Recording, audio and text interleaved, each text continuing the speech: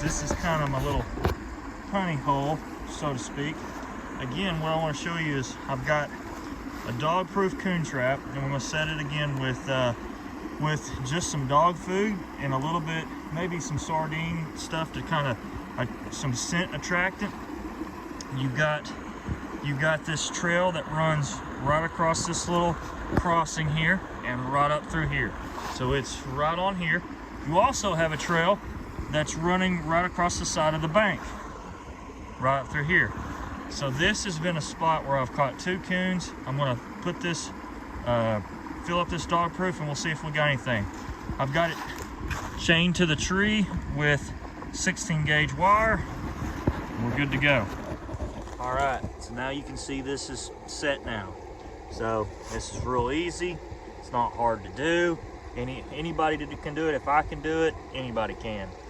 So this is just setting the dog proof on the tree on the side of here. So we'll see what happens. All right, guys, this is another location. Again, I'm just trapping off this stream here. And you've got a sandy little bank, and you can see there's little footprints in here, and that's exactly what I want to see. So they come through here, do their thing, and they work their way up.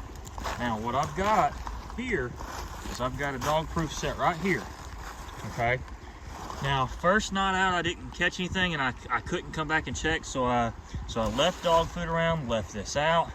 So what I'm gonna do is I'm gonna put dog food back in here. I'm gonna put some sardines, kind of fishy smell stuff around. We'll see if we can attract some stuff and get them hungry. It's gonna be good. I'm excited about this one. Again, another dog proof, just chained to a tree. Well, I'm checking out the traps tonight. Stay with me, see if we got anything. We've had them out since Tuesday. It is Saturday. Haven't had any hits except for 1 raccoon last week. So we're gonna see if we've got anything. Seems either we don't have them in good locations anymore, or that nothing's moving, or we don't have enough out. So the fun part about trapping. Stay with me, we'll see what we got. All right, guys. So if you can see this or not, we've got a big old coon in here, and he has, if you can see this, he has trap circled this all around. I mean, he has just tore this area up. And I'm getting spotlighted. So we've got him, and I'm going to take care of him tonight, and we'll go from there.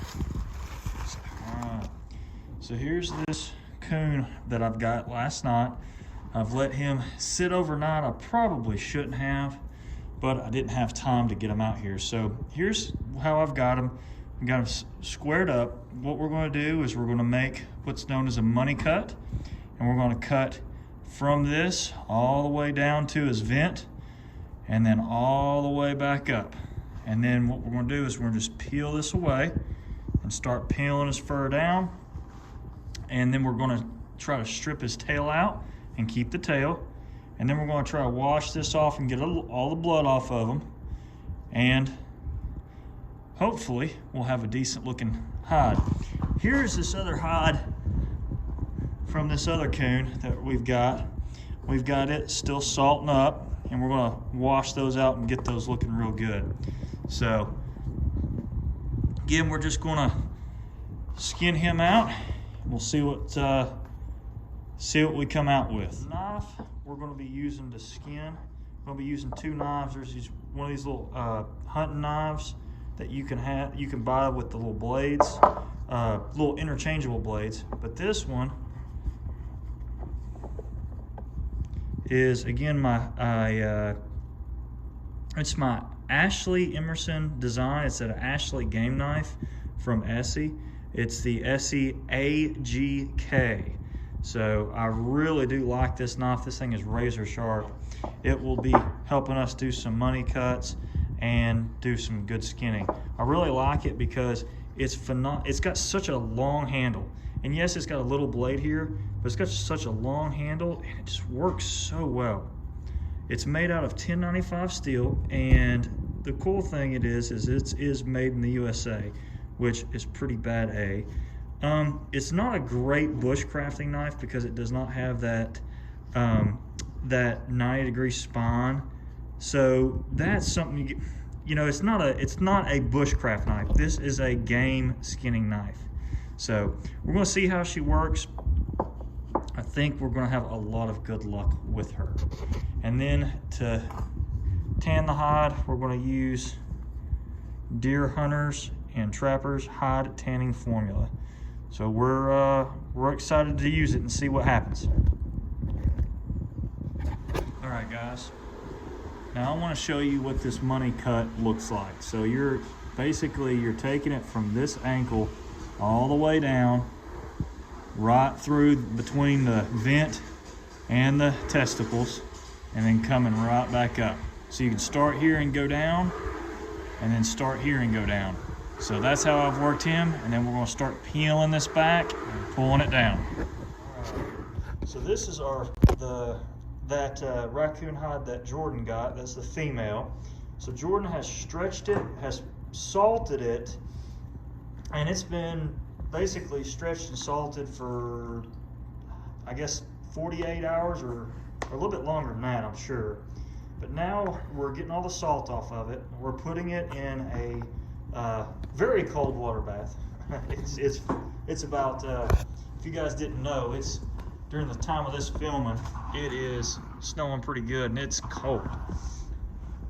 So, but anyway, right now we're just putting some soap and we're just washing the hide off. And Jordan, what's the next step after this?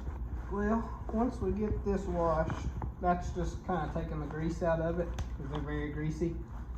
Once we do that, we'll stretch it and we'll trim some of this belly skin off to get it to what it's going to look like when it's finished. And then we'll use our Trapper's Friend tanning solution. Okay. Over there. And then is the goal to make this once we use the Trapper's Friend, does it stay hard or are we wanting it soft? How do we do that? So with the Trapper's Friend, it will cure pretty solid.